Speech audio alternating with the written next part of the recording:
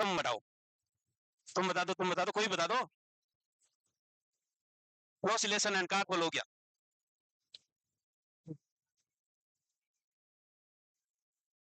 हाँ, aimless picking of bed clothes, aimless picking of, जब patient confused है, delirium की अवस्था में है, तो लेटा लेटा यूं बेडशीट चादर तकिया पकड़ता रहता है, उसको हम फ्लोसिलेशन बोलते हैं। याद रहेगा नहीं?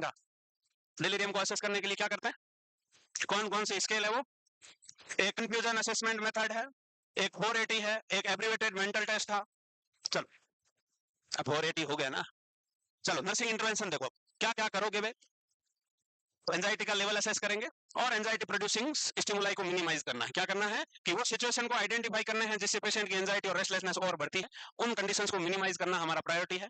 जैसे पेशेंट पास में आके जोर से बोलने से, ज्यादा लोग बात करने से पेशेंट एंशियस, इरिटेबल, रेस्टलेसनेस होता है, तो हमको क्या करना है, विजिटर को मिनिमाइज करना है। अगर पेशेंट ज्यादा लाइट से, एकदम ब्राइट लाइट से एंशियस और एजिटेटेड हो रहा है, रेस्टलेसनेस हो रहा है, तो हमको डिम लाइट एनवायरनमेंट प्रोवाइड करना है। पेशेंट के एंजाइटी प्रोड्यूसिंग कंडीशन और सिचुएशन और कॉज को आइडेंटिफाई करके उनको मिनिमाइज करना है। दूसरा क्या करोगे, एप्रोप्रिएट एनवायरनमेंट आ गया, वो सब लो स्टिमुलाई, लो लाइटिंग है, लो साउंड, वो सब एनवायरनमेंट देंगे। तो लो लेवल ऑफ स्टिमुलाई रखना बहुत जरूरी है। Maintain low level of stimuli, जिसमें लो लाइटिंग है, फ्यू पीपल है, सिंपल डेकोरेशन है, लो नॉइस है, ये सारा एनवायरनमेंट प्रोवाइड करना है। इसके इसके अलावा ये सारे फैक्टर है जो पेशेंट को एंशियस बना सकते हैं, एजिटेटेड कर सकते हैं, तो इन सारे फैक्टर्स को मिनिमाइज करना है। मेडिकेट और रीस्टेंट पेशेंट एज प्रिस्क्राइब। अगर पेशेंट ज्यादा हाइपर एक्टिव हो रहा है, बहुत ज्यादा एंजाइटी बढ़ रही, बहुत ज्यादा रेस्टलेसनेस हो रहा है, तो उस कंडीशन में सारी ट्यूबें फेंक रहा है, निकाल रहा है, बहुत हाथ पैर मार रहा है, तो जो मेडिकेशन है, सेडेटिव दे सकते हो, माइल्ड सेडेटिव दे सकते हो, या जैसा डॉक्टर ने प्रेस्क्राइब किया फिजिकल रीस्टेंट का भी इस्तेमाल कर सकते हो एज प्रेस्क्राइब। ये नहीं तो बांध के पटक दिया, सोने नहीं दे रहा, रात में आईवी फ्लूइड निकाल रहा बार बार, ऐसा नहीं करना है। अगर तुमने विदाउट कंसेंट, तुमको रात में सोने जाना है इसलिए पेशेंट के हाथ बांध दिए ताकि वो कैनुला आउट ना कर दे, तुम्हारे ऊपर कौन सा लीगल वायलेशन का केस लगेगा? Without consent applying the restraint, कौन सा? हम्म, कौन सा आपके पास ऊपर एक्ट लगेगा, कौन सा एक्ट है वो? अरे कौन सा है, पढ़े नहीं है तुम लोग सब ये? Assault, battery, false imprisonment, negligence, malpractice, ये सब पढ़े हो ना? नहीं पढ़े हो अभी? नहीं पढ़े?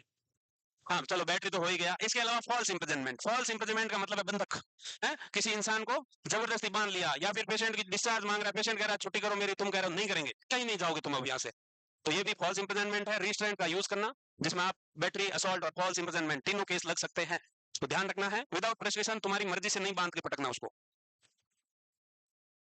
कि मैं 2 घंटे सो लेती हूँ, ये फ्लूइड ना निकाल दे कहीं, ट्यूब ना खींच दे इसलिए हाथ बांध के चली जाती हूँ, ऐसा नहीं करने का।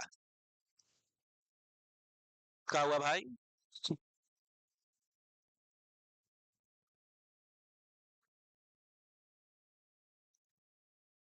एक फंडामेंटल में बीपी कप का रेशियो वाला क्वेश्चन आया था। बीपी कप का विड्थ और लेंथ का रेशियो क्या होता है? क्या होता है? फोटो दिखा के क्वेश्चन कराया हुआ है ना, तुमको याद नहीं है क्या? नए बच्चों को नहीं याद होगा, पुरानों को तो याद होगा। लेंथ आर्म सकम्फ्रेंस का 80% होगा, और जो विड्थ होगा वो 40% होगा, तो length to width ratio is 2:1, 2:1 होगा। ये क्वेश्चन पिछले नॉर्थ साइड में भी आया था, इसमें भी आया है, तो ध्यान रखना है। हो गया लिखे?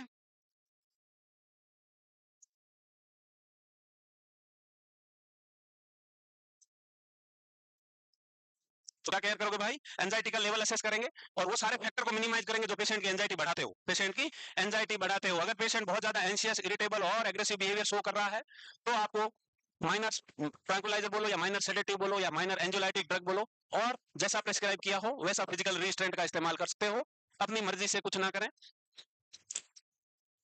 तो एग्जाम में क्वेश्चन अब इन्हीं लाइनों से बनता है कि एक पेशेंट है जिसको डिलीरियम, पोस्ट ऑपरेटिव पीरियड में डिलीरियम हुआ है, आपकी प्राइमरी नर्सिंग रिस्पॉन्सिबिलिटी क्या होगी जिससे पेशेंट की एंजाइटी मिनिमाइज हो जाए? तो ये ऑप्शन में यही सब होते हैं कि आपको याद रखना है, सब चीजें लो रखनी है। क्या रखनी है? सब चीजें लो, आवाज कम, लोग कम, लाइट कम, सब कम रखना है, बस इतना ही है। यही क्वेश्चन है, 2 नंबर कमा सकते हो आप। है बेटा? आया था? आ जाता है। हो गया आप लिख के? चले, इसके अलावा हाँ क्या हुआ?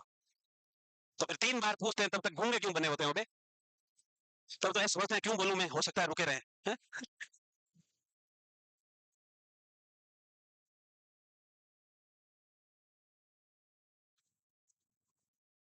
हम्म, क्या हुआ भाई? कौन दिक्कत है क्या? नहीं है? अरे क्या हुआ बोलो ना, मन में मत रखो, बोलो। हर स्टे काम एंड रीअश्योर। क्या करना है? कि maintain a calm manner to the client, attempt to prevent frightening client unnecessarily, provide continue reassurance support. Patient को डराना नहीं है, काम एंड कूल अप्रोच करनी है और पेशेंट को बार बार रीअश्योर करना है, अरे बाबा घबराओ नहीं, सब ठीक है, बाबा सो जाओ, आराम सो जाओ, कोई दिक्कत है मुझे बताओ, कोई दिक्कत है मुझे बताओ। और वो काम अप्रोच, बाबा चुपचाप सो जाओ ना बांध के पटक दूंगा, डराना नहीं है, हैं? डराने का नहीं, काम अप्रोच एंड रीएश्योरेंस बहुत जरूरी है। अनरियलिटी के पीरियड्स को इंटरप्ट करना और पेशेंट को लगातार रीओरिएंट करना। क्या करना है? Interrupt the period of unreality. इसका मतलब क्या है?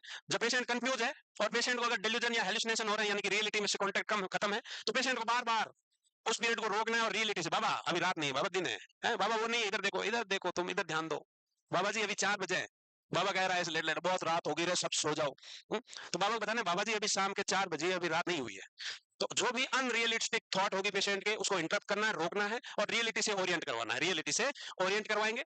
इसके अलावा सुसाइड प्रिकॉशंस, अगर पेशेंट को बहुत ही ज्यादा डिल्यूजन और हेलुसिनेशंस हो रहे हो तो सुसाइड प्रिकॉशंस ले सकते हो। और सुसाइड प्रिकॉशंस चाहे कोई सी बीमारी हो, डायरेक्ट 1-to-1 ऑब्जर्वेशन, सबसे इंपॉर्टेंट प्रायोरिटी क्या है? डायरेक्ट 1-to-1 ऑब्जर्वेशन, पेशेंट के पास उधर ही टकटकी लगा के बैठ जाओ, बराबर नजर रखो उस पर, सबसे बड़ा यही है। तो 1-to-1 ऑब्जर्वेशन और सेफ्टी है। इसके अलावा पेशेंट के कॉन्शियसनेस लेवल के अनुसार पेशेंट को रिलैक्सेशन टेक्निक सिखानी है कि बाबा जब भी आपको ऐसे चीज लगे, फील हो, घबराहट हो, तो आप लंबी गहरी सांसें लिया करो, लंबी गहरी सांसें लो, वो सांस लो, बस बस हो गया हो गया हो गया हो गया। तो सपेरों के सांस में भी सीटी बजती है, व्हीजिंग साउंड, व्हिस्लिंग ब्रीथिंग।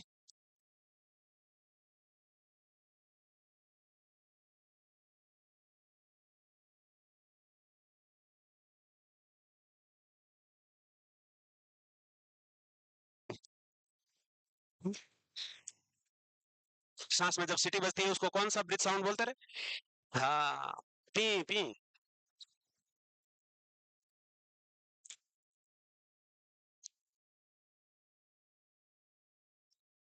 काम अप्रोच, रीअश्योरेंस, रीओरिएंटेशन और अनरियलिस्टिक थॉट से पेशेंट को इंटरप्ट करना है, रोकना है और रियलिटी से ओरिएंट करवाना है।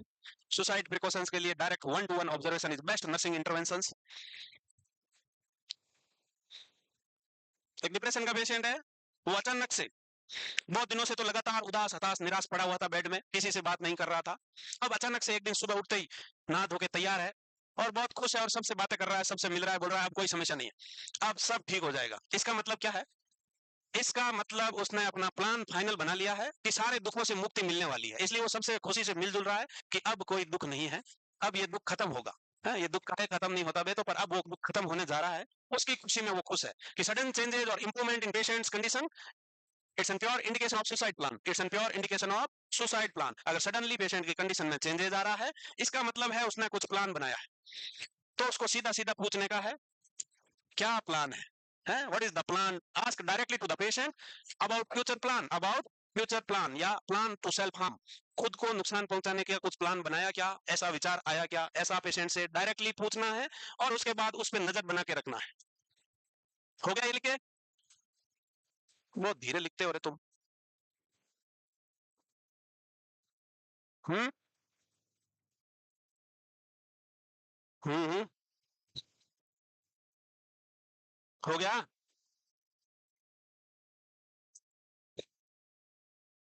कब होगा?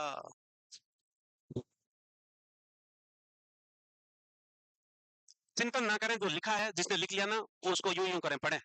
चिंतन ना करें, चिंतन यूं, ओहो क्या होगा, सब अच्छा होगा, पढ़ते रहो तुम।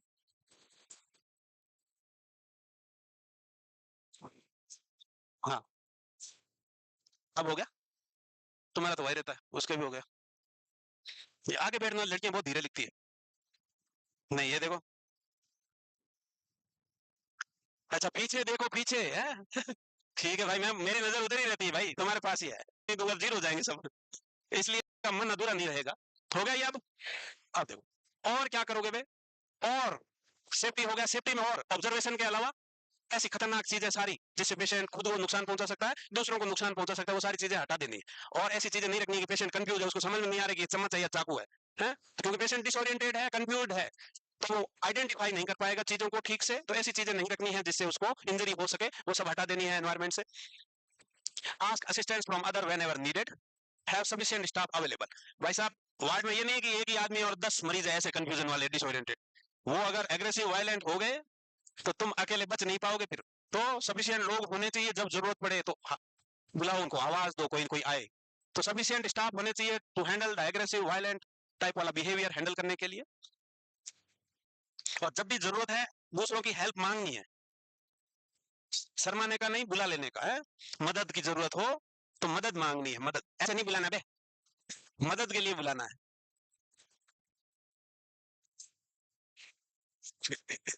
अच्छा, उस प्रिंसिपल पे काम कर रहे हो? पर वहां जाने का है भाई, खतरा है वहां उसको। नहीं नहीं, ये प्रिंसिपल हर जगह काम नहीं करता, ऐसा कोई खतरा नहीं है तुमको। तुम अगर सेफ हो, सही हो, तो तुम्हें भी कोई खतरा नहीं होगा। हो गया? तो पेशेंट की सेफ्टी को प्रमोट करना है, हार्मफुल ऑब्जेक्ट एनवायरमेंट से सारे हटा देने हैं, और सफिशिएंट स्टाफ अवेलेबिलिटी होनी चाहिए व्हेनेवर, जब भी हेल्प की जरूरत हो तो लोग आ सके। खुद की safety as well as patient और अदर पेशेंट की सेफ्टी के लिए सेफ एनवायरमेंट बहुत जरूरी है। और ये सेफ एनवायरमेंट का ही पार्ट है कि जब जरूरत हो, खतरे की आहट हो, तो लोग हो उधर।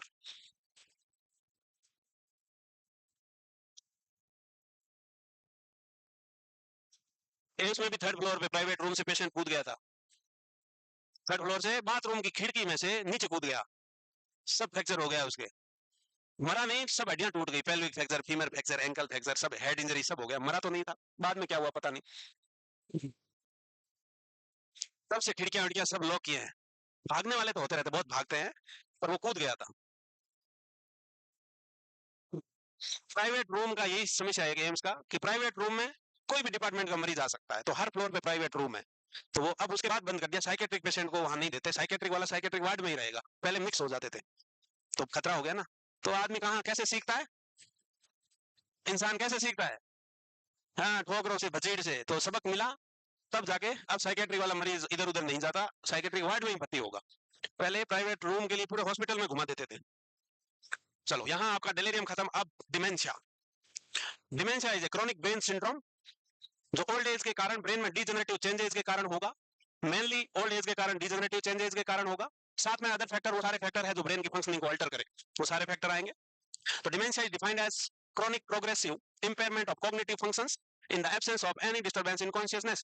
डिलीरियम और डिमेंशिया में सबसे बड़ा डिफरेंस क्या है कि disturbance of consciousness, disturbance of consciousness only delirium का फीचर है। डिमेंशिया में कॉन्शियसनेस में कोई चेंजेस नहीं आता, कॉन्शियसनेस में चेंजेस नहीं आएगा, मेनली कॉग्निटिव फंक्शंस में चेंजेस देखने को मिलेंगे। और कॉग्निटिव फंक्शन में क्या क्या आता है? Thought, attention, concentration, memory, learning, ये सब चीजें आएगी।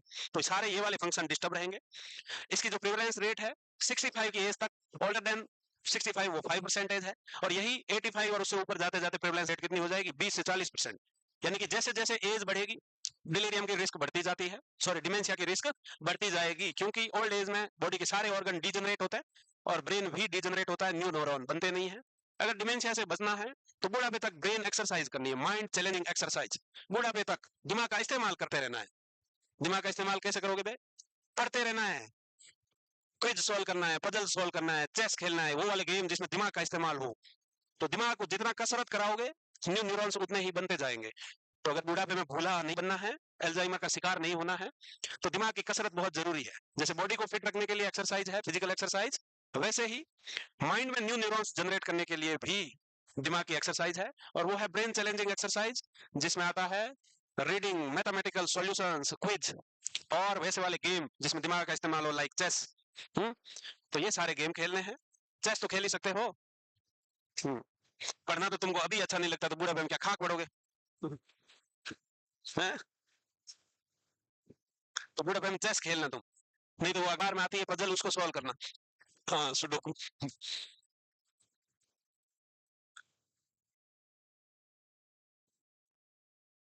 तो डिमेंशिया क्या है भाई साहब? क्रॉनिक प्रोग्रेसिव डिजीज है, क्रॉनिक प्रोग्रेसिव डिजीज, जो ब्रेन में डिजेनरेटिव चेंजेस के कारण होगी, और मेनली कॉग्निटिव फंक्शन डिस्टर्ब होंगे, और कॉन्शियसनेस में कोई चेंजेस नहीं आएगा।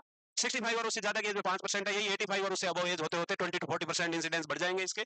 तो इसका मतलब यही है कि सबको धीरे धीरे वक्त के साथ बुढ़ापे में डिमेंशिया का शिकार होना है, डिमेंशिया का शिकार होना है। अगर इस 20 से 40% की में आओगे तो, दिमाग की कसरत नहीं करोगे तो होगा। इसके अलावा एक क्वेश्चन आ गया शायद है, हाँ बताओ, क्या कह रहा है ये, क्या कह रहा है? Dementia is defined as chronic global deterioration of cognition. Dementia should not be confused with the delirium. Which of the following characteristic of dementia best differentiated from delirium? हाँ, ये क्या था वे? सी बोलने में इतना जोर आया तुमको? हाँ? ज्यादा जोर ना लगाएं, इस जोर के साथ कुछ और भी आ सकता है।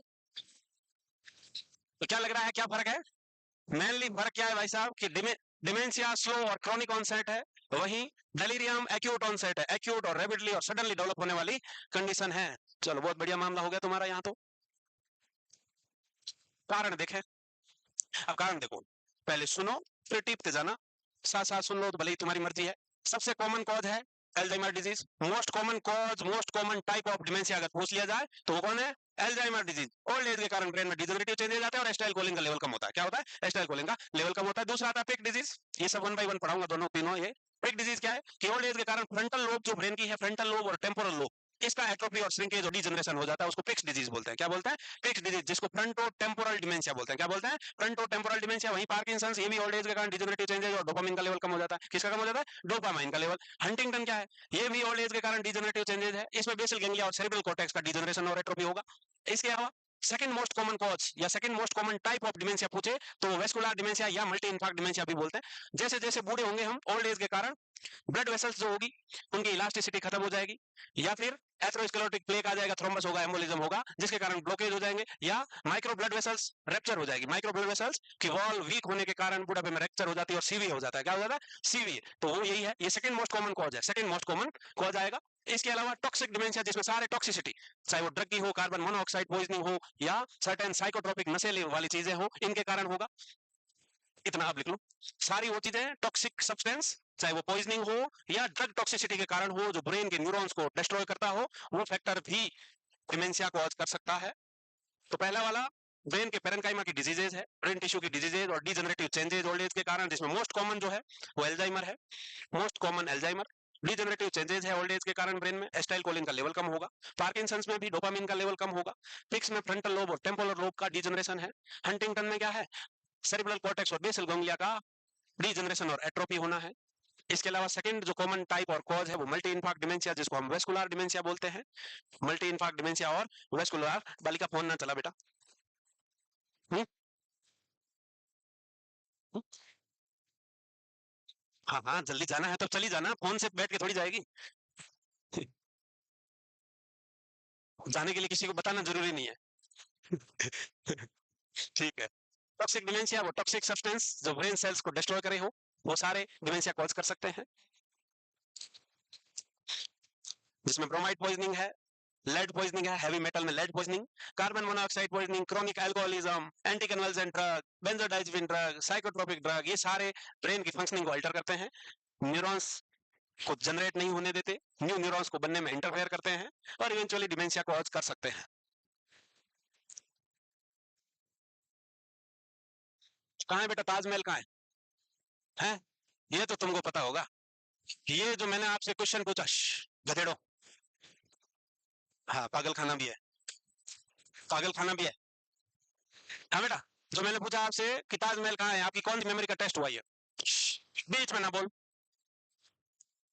कौन सी मेमोरी का टेस्ट हुआ ये किसका क्वेश्चन है? ये एक जीके का क्वेश्चन है, जनरल नॉलेज का क्वेश्चन है कि ताजमहल कहाँ है, तो ये कौन सी मेमोरी है?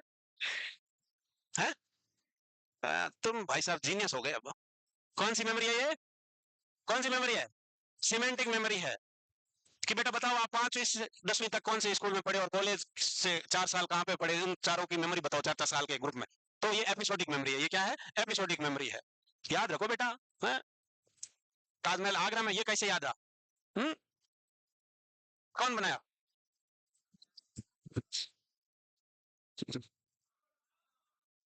राहुल बनाएगा ताजमहल भाई, इसमें क्या है? हो गया, लिख लिया। तो क्या है मोस्ट कॉमन कॉज और टाइप? एल्जाइमर है। सेकंड मोस्ट कॉमन पूछा जाए तो वेस्कुलर डिमेंशिया है। वेस्कुलर डिमेंशिया में ओल्ड एज के कारण माइक्रो ब्लड वेसल्स वीक होकर रप्चर हो जाती है, या फिर थ्रोम्बस और एम्बुलस फॉर्मेशन के कारण ऑब्स्ट्रक्शन आ जाता है, जिस कारण ब्रेन में इंफेक्शन होता है। और जब ब्रेन में इंफेक्शन होगा, इसका मतलब ब्लड सप्लाई और ऑक्सीजन सप्लाई इंटरप्ट होगी और न्यूरॉन्स डिस्ट्रॉय हो सकते हैं, तो डिमेंशिया हो सकता है। इसके अलावा मेटाबॉलिक डिमेंशियाज, मेटाबॉलिक कॉज है वो सारे, हेपेटिक एंसेफेलोपैथी, यूरेमिक एंसेफेलोपैथी और विल्सन डिजीज। अब हेपेटिक एंसेफेलोपैथी में क्या होता है भाई, कोई बताएगा हमको? हाँ, लीवर जब फेल हो जाएगा तो टॉक्सिक अमोनिया का बहुत ज्यादा बॉडी में डिपोजिशन होता है, और अमोनिया न्यूरॉन्स और ब्रेन नर्व सेल्स के लिए बहुत ज्यादा जहरीली है, तो न्यूरॉन्स को डिस्ट्रॉय कर देती है अमोनिया, डिमेंशिया कॉज कर सकती है। दूसरा यूरिमिक एन्सेफेलोपैथी, जब किडनी फेल हो जाएगी तो nitrogenous waste product blood urea nitrogen body में बहुत ज्यादा बढ़ जाएंगे, और जब ये बॉडी में बहुत ज्यादा बढ़ जाएंगे ये भी ब्रेन सेल्स को डिस्ट्रॉय करते हैं, तो पेशेंट को डिमेंशिया हो सकता है। विल्सन डिजीज क्या है? कॉपर मेटाबॉलिज्म का डिसऑर्डर है, जिसमें बॉडी में excessive deposition of copper, excessive deposition of copper, और कॉपर सेल्स भी न्यूरॉन्स को डिस्ट्रॉय करती है। ये क्या है? Deposition of copper. Hepatic encephalopathy में पेशेंट को लेक्टुलोज देते हैं। क्या देते हैं? एक क्वेश्चन आता है तुम्हारे एग्जाम बहुत बार कि लेक्टुलोज क्यों देते हैं, तो लेक्टुलोज कॉन्स्टिपेशन को रिलीव करने के लिए नहीं देते हैं, अमोनिया को एक्सक्रीट कराना है। क्या कराना है? अमोनिया को एक्सक्रीट कराने के लिए देते हैं। ये ड्यू टू लिवर फेलियर है, ड्यू टू लिवर फेलियर, और यूरेमिक वाला है ड्यू टू किडनी फेलियर। इसके अलावा endocrine disorders, severe type of thyroid, parathyroid और पिट्यूटरी या एड्रिनल ग्लैंड के डिसफंक्शन के कारण, या फिर certain nutritional deficiency, certain type of nutritional deficiencies, specially pernicious anaemia. किसकी डेफिशिएंसी से होता है पर्नीशियस? B12, पेलेग्रा, ये B12 है, ये नियासिन हो गया आपका। इसके 4D सिम्टम होते हैं diarrhoea, dementia, dermatitis and death है, diarrhoea, dementia, dermatitis and death होता है। इसके अलावा फोलिक एसिड डेफिशिएंसीज और थायामीन डेफिशिएंसी से वर्निक एन्सेफेलोपैथी और वर्निक कोर्साकॉफ सिंड्रोम होता है। Wernicke encephalopathy and Wernicke Korsakoff syndrome, दो डेफिशिएंसी डेवलप होती है जिसमें पेशेंट का मेमोरी डिस्टर्बेंस रहता है। मेनली क्या रहता है? Memory disturbance.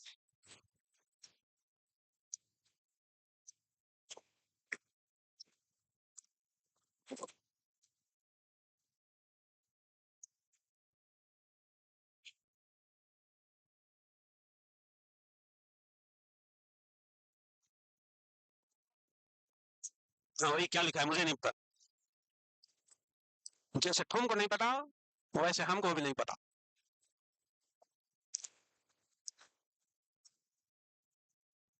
लिखा है पर बोला भी तो है, दो दो बार, तीन तीन बार। तो बोलने वाला लिख लो ना, जो मैंने बोला वो लिख लो, लिखा हुआ मत लिखो। सब यूं ही टिपेंगे, यूं यूं यूं यूं। तो मेटाबॉलिक डिसऑर्डर, एंडोक्राइन डिसऑर्डर या certain type of nutritional deficiency can cause dementias. Nutrition में specially thiamine, niacin, thiamine, niacin, folic acid deficiency, B12 deficiency, वो सारे लोग चीजें जो माइक्रोन्यूट्रिएंट है वो ब्रेन के नर्व कंडक्शन सिस्टम में और न्यूरॉन के रीजनरेशन में हेल्प करते हैं। उनकी डेफिशिएंसी से डिमेंशिया के चांसेस रहते हैं। तो माइक्रोन्यूट्रिएंट पे ध्यान देना बहुत जरूरी है भाई साहब। तुम लोग विटामिन ले रहे हो कि नहीं? कैसे? समोसे में कोई विटामिन नहीं है, आलू है आलू, और वो भी दूसरा तेल है जलाया हुआ दिन भर का। इसके अलावा मैदा है, मैदा खराब, सबसे खराब। सुना नहीं ना तुमने? हाँ ठीक है। पानी पूरी छोड़ दी तुमने कि ये बीबी? हो गया? हो गया। सर्टेन टाइप ऑफ इन्फेक्शन जैसे न्यूरोसिफिलिस, क्रोनिक मेनिंजाइटिस, एंसेफेलाइटिस और एड्स, HIV एड्स। एड्स क्या है? HIV इन्फेक्शन की फाइनल स्टेज है, और यहाँ HIV इन्फेक्शन न्यूरॉन्स का डिस्ट्रक्शन शुरू करता है। तो यहाँ ये फाइनल स्टेज जिसमें पेशेंट डिमेंशिया का शिकार होता है। सिफिलिस का पॉजिटिव ऑर्गेनिज्म क्या है रे? किससे होता है सिफिलिस? ट्रिपेनोमा पैलिडम, ट्रिपेनोमा पैलिडम है। मेनिंजाइटिस है, एंसेफेलाइटिस है, या फिर एड्स डिमेंशिया हो सकता है, या फिर डिमेंशिया किसकी वजह से? ट्यूमर की वजह से। किसकी वजह से? ट्यूमर की वजह से। क्योंकि जिस भी ब्रेन के पार्ट में ट्यूमर होगा यानी कि एबनॉर्मल सेल ग्रोथ होगी, और जब सेल ही एबनॉर्मल है तो ब्रेन का फंक्शन ऑलरेडी डिस्टर्ब होगा। इसके अलावा हाइड्रोसिपेलस डिमेंशिया जिसमें नॉर्मल प्रेशर हाइड्रोसिपेलस है, नॉर्मल प्रेशर हाइड्रोसिपेलस, ये स्पेशली ओल्ड एज में होता है। यहाँ बुढ़ापे के कारण क्या होगा वो तुम लिख लो पहले। बुढ़ापे के कारण ब्रेन का एट्रोफी होता है, श्रिंकेज होता है, डिजनरेशन होता है, तो खाली जगह बन जाती है। क्योंकि ये जो खोपड़ी है ये तो सेम ही रहेगी, स्कल तो सेम रहेगी, और इसके अंदर जो ब्रेन मैटर है वो छोटा हो जाएगा, श्रिंक हो जाएगा। अभी क्या है, एकदम खचाखच भरा हुआ है, कोई ज्यादा खाली जगह नहीं होती अंदर। तो बुढ़ापे में क्या होगा, ब्रेन टिश्यू श्रिंक होगा तो खाली जगह बन जाएगी, और उन खाली जगह को डेड स्पेस बोलते हैं। एट्रोफी के कारण जो डेड स्पेस बनेगा उसमें CSF कलेक्ट हो जाएगा। तो CSF कलेक्ट हुआ, जब CSF डेड स्पेस में कलेक्ट होगा तो वो ब्रेन टिश्यू को कंप्रेस करेगा और मेमोरी में डिस्टर्बेंस ला सकता है। मेमोरी में डिस्टर्बेंस ऑलरेडी एट्रोफी के कारण भी हो ही रखा है, साथ में एक्सेसिव CSF भी बन गया है। इसमें तीन इंपॉर्टेंट ट्राइड सिम्टम्स देखने को मिलते हैं जिसको हकिंग स्ट्राइड और एडम्स स्ट्राइड बोलते हैं। क्या बोलते हैं? हकिंग स्ट्राइड और एडम्स स्ट्राइड बोलते हैं। वो क्या है? Abnormal gait, urinary incontinence and dementia. तो नॉर्मल प्रेशर हाइड्रोसिपेलस में क्या होगा भैया? एडम्स स्ट्राइड और हकिंग स्ट्राइड बोलते हैं उसको। एडम्स स्ट्राइड और दूसरा नाम क्या है उसका? हकीम स्ट्राइड। ये हकीम स्ट्राइड है। तो वो क्या है? वो 3 ट्राइड सिम्टम। पहला, अनस्टडी गेट, अनस्टडी गेट या एबनॉर्मल गेट बोलो। दूसरा डिमेंशिया, दूसरा क्या है? डिमेंशिया। एंड तीसरा यूरिनरी इनकॉन्टिनेंस।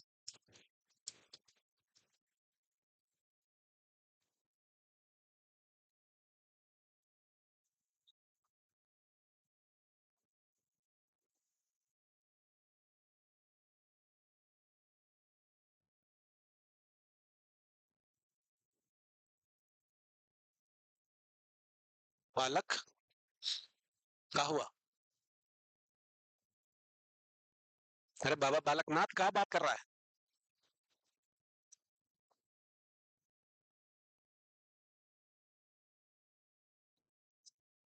ये कैसी आवाज थी? ऐसे कौन किया?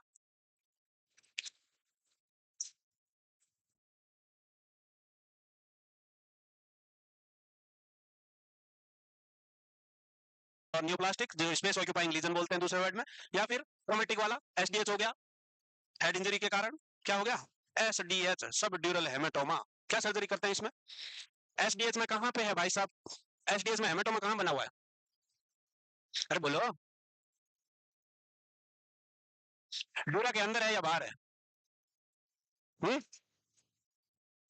अरे भाई साहब, ड्यूरा के अंदर कवर रहता है ना ब्रेन। तो एसडीएच है, इसका मतलब सब ड्यूरल है। सब ड्यूरल का मतलब क्या है? ड्यूरा और ब्रेन के बीच में कलेक्ट हुआ है, ब्रेन से ब्लीड हुआ। ऊपर तो ड्यूरा ऐसे झिल्ली जैसी होती है, लेयर, उसमें कवर हो गया। अब वो बाहर नहीं आ पा रहा, प्रेशर बढ़ाएगा, तो क्या करते हैं? क्रेनियोटोमी करते हैं। क्या करेंगे? क्रेनियोटोमी। एक होता है एक्स्ट्रा ड्यूरल हेमरेज या हेमेटोमा, ईडीएच बोलते हैं उसको। क्या बोलेंगे? ईडीएच। सबसे ज्यादा खतरनाक कौन सा है, एसडीएच है या ईडीएच है? हम्म?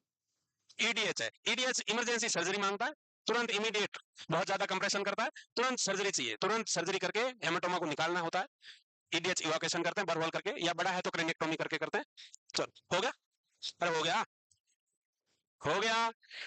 कॉज कौन से है वो देखो। कि रिवर्सिबल कॉज में आपको याद रखना है कि हेमेटोमा वाला हो सकता है, क्योंकि हेमेटोमा रिमूव कर दिया और ब्रेन को ज्यादा इंजरी नहीं है, तो जो मेमोरी में डिस्टर्बेंस और कॉग्निटिव फंक्शन में डिस्टर्बेंस आए थे वो रिवर्स हो सकते हैं। इसके अलावा ट्यूमर्स इंसाइज कर दिया, तो जो कॉग्निटिव इंपेयरमेंट थे वो रिवर्स हो सकते हैं।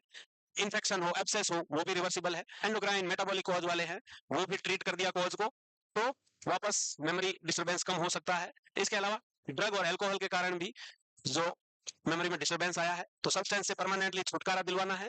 और परमानेंट जब छुटकारा लेगा और साथ में सारे मल्टीविटामिन और सप्लीमेंट देंगे, तो धीरे धीरे वक्त के साथ मेमोरी में इंप्रूवमेंट और कॉग्निटिव फंक्शन में इंप्रूवमेंट होने लगता है।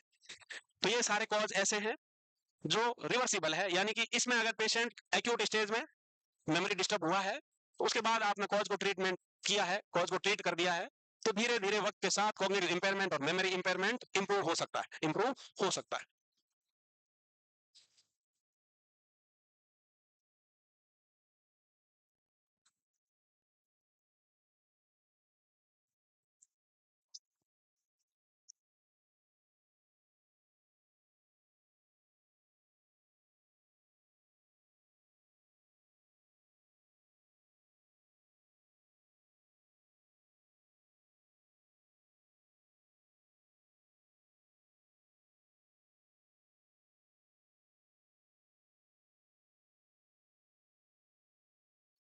अबे साल तुम प्रॉब्लम हो गया। इसीलिए तुमसे दूर बैठ रही है, क्योंकि बल्कि मजाक से माहौल हल्का रहता है, और तुम ज्यादा अटैक। पहले इसका मैनेजमेंट क्या है? क्या करेंगे? संट करेंगे। तो संट कितने तरह के होते हैं? वीपी संट, जिसको वेंट्रिकुलो पेरिटोनियल संट बोलेंगे। ये कहां से डालेंगे? एक ब्रेन के वेंट्रिकल में डालेंगे, एक टिप बरहोल करके छेद करके वेंट्रिकल में डाल देंगे, दूसरा उसका जो एंड है टनलिंग से यहाँ गर्दन से अंदर अंदर होते हुए पेट में डाल देंगे। कहाँ डाल देंगे? पेरिटोनियम में डाल देंगे। दूसरा टीपी सेंट होता है, थीको पेरिटोनियल। कौन सा है? थीको पेरिटोनियल। वो कहाँ डालते हैं? थीको पेरिटोनियल मतलब थीकल स्पेस कहाँ होता है? हाँ, थीकल स्पेस कहाँ होता है? इधर स्पाइन में होता है। कहाँ होता है? स्पाइन में। इधर डालेंगे और एब्डोमेन में डाल देते हैं। ये थीको पेरिटोनियल हो गया। एक होता है ईवीडी। ईवीडी का मतलब होता है एक्स्ट्रा वेंट्रिकुलर ड्रेनेज सिस्टम। वो सेम टीपी सेंट जैसा ही है, बस एक पार्ट वेंट्रिकल में, दूसरा पार्ट के बाहर यूरो बैग की तरफ बैग लटका देते हैं। एक्स्ट्रा वेंट्रिकुलर ड्रेनेज है। एक होता है ओमाया, ओमाया रिजर्वायर। वो क्या करता है? वो एक रिजर्वायर है, एक डब्बी जैसी है, छोटा बैग है, वो स्किन में इंसिजन देके बदल करके एक ट्यूब वेंट्रिकल्स में डाल देंगे, और जो दूसरी वो ट्यूब डब्बी थी वो स्किन के अंदर यहाँ अंदर फिक्स कर देते हैं, उसको बार बार निडल से एस्पिरेट करते हैं, जैसे ही वो भर जाए आवरली 2 आवरली 3 आवरली निडल से एस्पिरेट करते रहता है। ये ओमाया है, ये पढ़ोगे तुम आगे किस में पढ़ोगे, ये कहाँ से सर पढ़ाएंगे, या पीडीएम पढ़ोगे, एडल्ट वाले में पढ़ोगे, कहाँ पढ़ोगे, चलो पढ़ लोगे कहीं तो पढ़ोगे। ओ भैया ई का है, व्हाट इज ए